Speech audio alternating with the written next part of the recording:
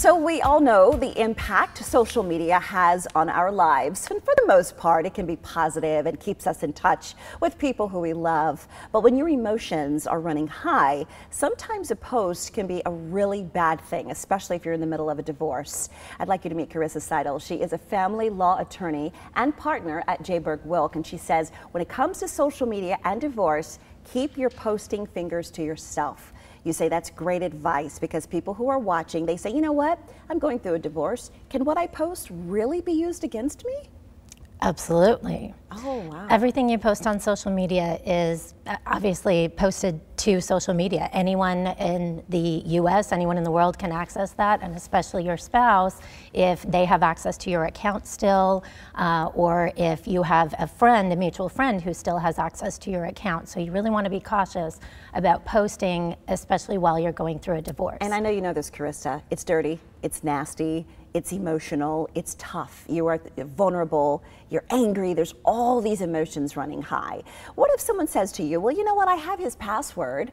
Can I go in and access his account? And again, the answer is going to be no. The rules that applied when you are married no longer apply when you're going through a divorce. So yes, you may have been able to look at their email or look at their phone when you were married, but now that you're going through a divorce, the rules have completely changed. So there's no accessing any accounts no matter what, even if you know the password, even if they told you you could access the account, the safer thing to do is just to stay out of it. There's ways that you can get those documents through the legal process. And I know you hear this as well. Well, someone is going through a divorce and they say, wait a minute, I went online and I noticed he posted something negative or she posted something negative about me. What do we do in that instance?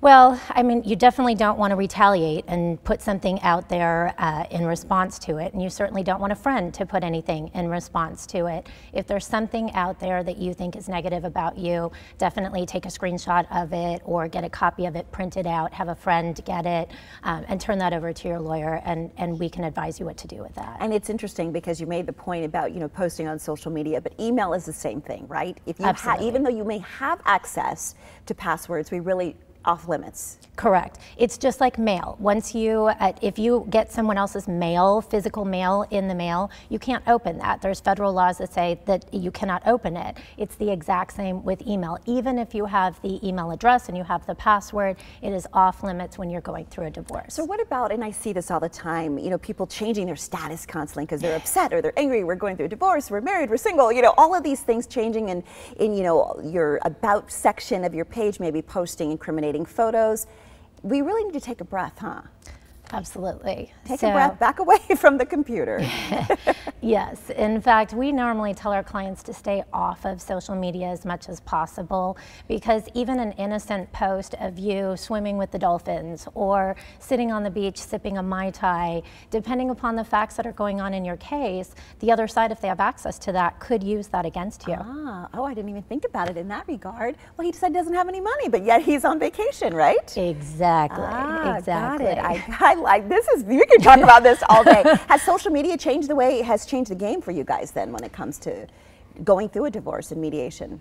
Absolutely. I mean, one of the first things we tell our clients is, you know, go on your social media and make sure that there's no post that could be used against you. We tell them to stay off of social media, you know, posting at least on social media.